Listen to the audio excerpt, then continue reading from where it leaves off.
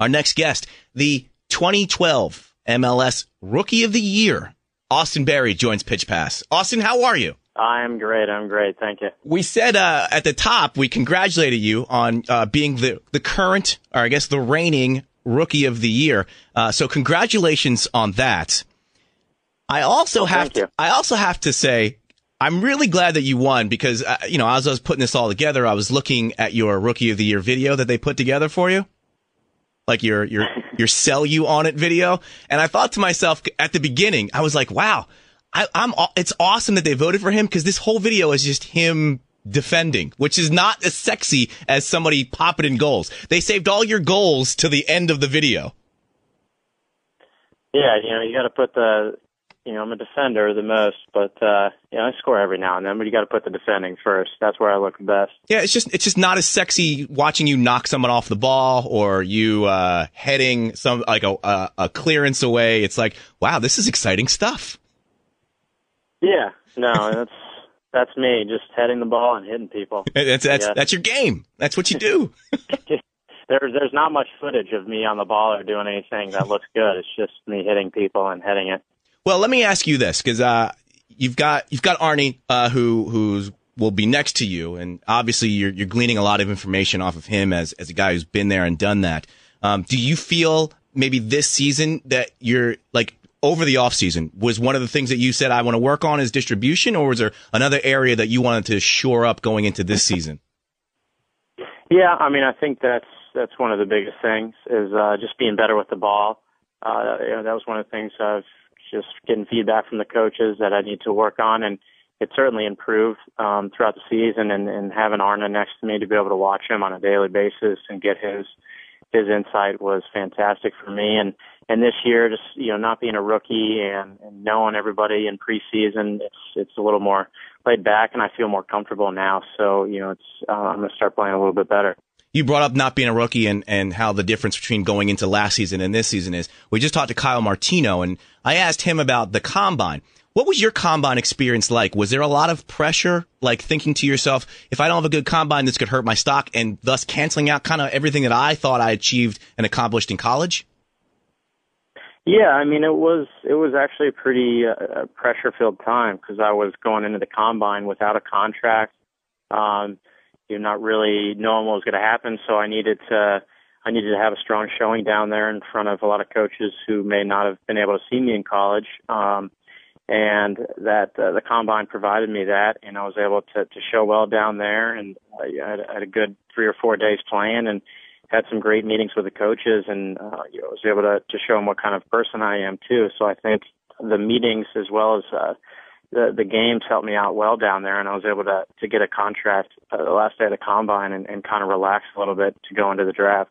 And I'm sure you called up Andrew Farrell over the course of this offseason and said, you're welcome, because of what you accomplished last year, he didn't have to fight for a contract at the combines because they know that Louisville defenders can bring it. Yeah, I kept telling him it must be nice, and I've been hanging out with him the last couple of weeks, and I was giving him a hard time, and told him it must have been nice for him to have 2 railings and a nice little wall to walk up to the draft. And last year I didn't have that, and I tripped on the last step. So things are changing for him. He got everything. Did he ask you for your advice at all over the course of even last season as he was gearing up for his senior year of college? Yeah. No, he's one of the guys that I've kept in a lot of contact with that's still at Louisville, and he had a lot of questions, whether it was about agents or the combine. He had a lot of questions about the combine and the meetings with the coaches and kind of just the overall first year experience. And he's the kind of guy that he's a good character, and he always wants to learn, and he's not afraid to ask for advice. So that's, besides his athletic and soccer ability, that's what's going to help him succeed in the MLS. Now, for people who follow MLS but maybe not so much college soccer, what can we expect from Andrew playing for the Revs this year as far as attributes? What are some of the things that we need to be looking for him? He's just a really good versatile player. He's very athletic. He's very shifty. But he's also he's a good soccer player. He's played since he's very young. He's played in in Peru and in America, so he's got different cultural experiences. He's very good on the ball, very good distributing, and he knows what he needs to do to improve. So I think throughout the year, I mean, he's going to look good from the beginning, and I think the Revs and people watching the MLS are only going to see him get better because he's always going to try to maximize his potential. You guys got something going on at Louisville, don't you? There's some this last 2 years, you guys have been all over the place as far as the draft's concerned. I mean, I don't want to say the program came out of nowhere. It's not Akron yet, but it is a program now to be reckoned with, and it feels like, at least from you paying it down to Andrew, that you're starting this sort of pipeline of, all right, we're all going to look out for each other as this program rises and we start making our way into the professional ranks. Yeah, I mean, when I first got there, it was Ken's first year, and he was trying to change and build a new culture and bring in the right kind of people that not only were good for his program, but that he thought had good character, good for the team, but that could move on to the next level. And throughout the years, we kept picking up more and more of his players, and for us to be able to play against each other on a daily basis helped us improve greatly. And Ken, he's as good as a soccer coach as anyone in the country, but he sets aside himself with his mental approach to the game, which is big in the MLS. And he's very good, and he's a very good speaker and a teacher on goal setting and visualization and be able to have confidence in yourself. So for us to have 4 years of training at Louisville with the guys that were there and to have his kind of upbringing in the mental aspect of the game has just been fantastic. And you can see with all of us coming to the MLS right now. Well, with Caleb Porter making the move to MLS, could he be the next, guy that could have the marquee franchise or program that then will be one that people will look at and go, we'd like to see him in MLS coaching a team? Yeah, I mean, maybe. I don't know what Ken's goals are. I know he's got very lofty goals for himself, and he's always trying to impact as many kids as he can in his life. And I think he'd be a great coach for anyone to have under him, and always support him in what he wants to do. So I know you guys have the relationship with Atletico Madrid. You went over there during the off season in November, the beginning of December, to train with them. How does it actually work out, though? Does Chicago say to you, hey, you feel like going to Madrid? And do you go, yeah, sure, whatever, and then you just go? Or do you go in and go, I kind of want to go to Madrid. Can we make this happen? No, it was pretty much the first scenario you said. It was just couple of days before we left Chicago from our last day of training, and Guillermo and Frank came up to me and were like, hey, we have the opportunity to send you to Madrid. Do you want to go to Madrid? You feel like going? Took a couple hours. Yeah, I said yeah, and then kind of just went from there. But it was basically that. What is your thought as far as, like, I'm going to ask you what you got from training in Spain, but a lot of the guys in the off season go to England. You guys have the relationship with Atletico, so it makes sense for you to go to Spain. Was there an adjustment, not just as far as the soccer is concerned, but also because of the language barrier? Yeah, a little bit. I mean, I think one good example was play between me and one of the keepers who was actually from Turkey. So we didn't. So Spanish didn't even come into play there. Yeah, and he's coming out and yelling for the ball and saying some word that I have no idea what it was, and I just go to clear the ball and just barely miss his face, and so we kind of had to get an interpreter in the middle of the game to kind of tell him or tell me what the word is when he says he wants the ball. So that's something that there's definitely a barrier, but and it's lucky for me and Jaleel was over there. We have a little bit of a background in Spanish, so we could pick up on a little bit of stuff, but a lot of the talks and a lot of the movements and the drills that they're doing over there and a lot of the things that they're saying is pretty similar to what we're saying over here. So speed of the game, is that the big difference that you got, or was it the technical aspect? I think it's both. I mean, it's not that much faster, but playing when we had a couple opportunities to go up with the first team, that definitely, and the games they play are a little bit, they're structured a little bit different so that it is faster. It's more tighter, and with that, the technical aspect jumps up too. So both of those was definitely something that I noticed over there, and it was good for me because those are things that I need to work on. So you tweeted out a picture recently, and then they posted it on the front page of the Fire's website of you hooked up to some sort of contraption with things coming out of your mouth and things on your head. What the hell did you have hooked up to you? That was our Vo2 Max testing. That sounds very complicated, Austin. Can you break that down for the layman? I mean, it looks more complicated than it is. The contraption per se, not really all the numbers and things that go into it. That's not my field, but basically it's the most accurate testing to see what kind of shape that we're at and what kind of shape is our max potential. And from that, our trainers and our coaches are able to shape our practices and trainings throughout the year and be able to use our heart rates to monitor that and to be able to know when we can push it a little and when we can kind of hold back. But the testing in itself is pretty brutal.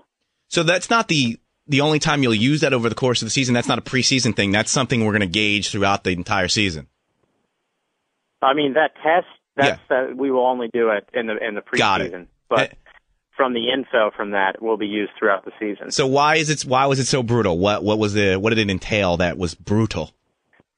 It's just, I mean, it's different. And luckily for me, Tony was at Louisville, so I was able to do this with him several times before he brought it here this year. And it's just different because you're hooked up to this mask. You got a weird little contraption on you like you saw in the photo, so you have to kind of focus off of that. You can only breathe in through your mouth. Yeah. That goes through that tube so that they can get the readings, and your nose is plugged. So it's all these different little factors, and just running with a little, like, basically dental helmet that you have on. It's just you got to try to focus off of that and do the best you can on the test. And you're basically supposed to run it until you fall off the treadmill is what they want. Would be the most accurate testing. But you want to jump off at the last possible moment when you get tired. So the more you push yourself during it, the better kind of feel and readings we can use from it. Who scored the highest? I think Logan scored the highest. Oh, I thought unfortunate. He was right before me. So so he put a high number really up. High bar. Yeah, he puts a high number up, and then you're like, oh, thanks. Now hook me up to this thing. Yeah. This is great. Yeah, thanks for running like that, Logan. But he's one of the more fitter guys, and I think Jaleel did well on it too. And it's also by position. Tony kind of expects a different Vo2 Max for guys playing center back than somebody's playing an outside mid or center mid that's running more. So it's also positionally based too. So how glad are you to be a member of Chicago Fire who happens to be a defender? Just judging by all the off-season moves that the Fire have made, they are stacked. You guys are stacked in midfield. And Kyle disagreed, but I thought you were stacked at forward as well. It's got to be good to be a defender to go, okay, at least I don't have that much competition for my place. Yeah, but I mean, I'm still, on a daily basis, got to work hard and win my position, basically. But it is very exciting to get all the new guys in forward and in midfield, and already playing with them just 2 or 3 times that we have. I can already see a difference in our level of play, and I'm extremely excited to have these new additions and to begin this year. How do you find out about these acquisitions? Do you get a text and go, oh man, we got Limper, awesome? Or do you get a call from somebody? Just probably Twitter. or checking the MLS page. I mean, yeah, the Fire do a pretty good job in keeping up to date on Twitter. So that's probably the quickest and most up to date info I could get. So of the new guys, or even if it's a full season with Rolf or McDonald, who are you most excited about going into the new season? I mean, it's hard to say just one. I'm really excited to have Arna back, especially playing next to me, and he's someone he's such a great character to have in the locker room. He's a really good guy, and a really good player. But on top of that, he feels a responsibility to teach the younger players, including myself, and he's always there to give advice when we ask, and even when we don't ask, he's never condescending. He's always friendly, and So I'm excited about him and just getting to know Jeff and Joel and Mike Cohn. Those guys are fantastic additions. And they're good people too, and they've already you can see that the difference in level of play that they're bringing, and just excited about the whole rest of the team. I think we got a pretty tight knit group, and we're all happy and excited right now, joking around with each other that we're back, and it's a very fun time right now. I'm going to project, because if it were me that were on the cover of a cereal box, I would spend an inordinate amount of time at grocery stores loitering around the cereal aisle in the off chance that somebody will walk by and go, wait a second, you're the dude on that box right there. Did you do that or not?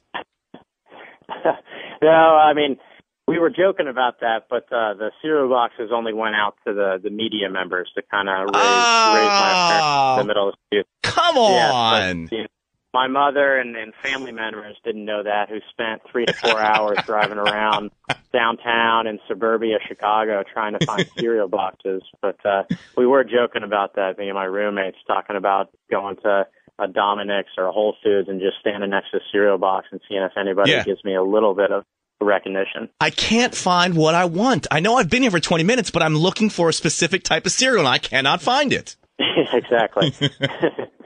Well, Austin, thank you so much. You're the reigning Rookie of the Year, so enjoy it all season, because that's what everybody's going to be introducing you as on TV and even through these interviews. So enjoy it, and good luck in the 2013 season. Well, thank you. I appreciate it. It was nice talking to you. Pitch Pass. This is your voice. This is my red, white, and blue. This is my anthem to you. For more show information, go to pitchpass.com.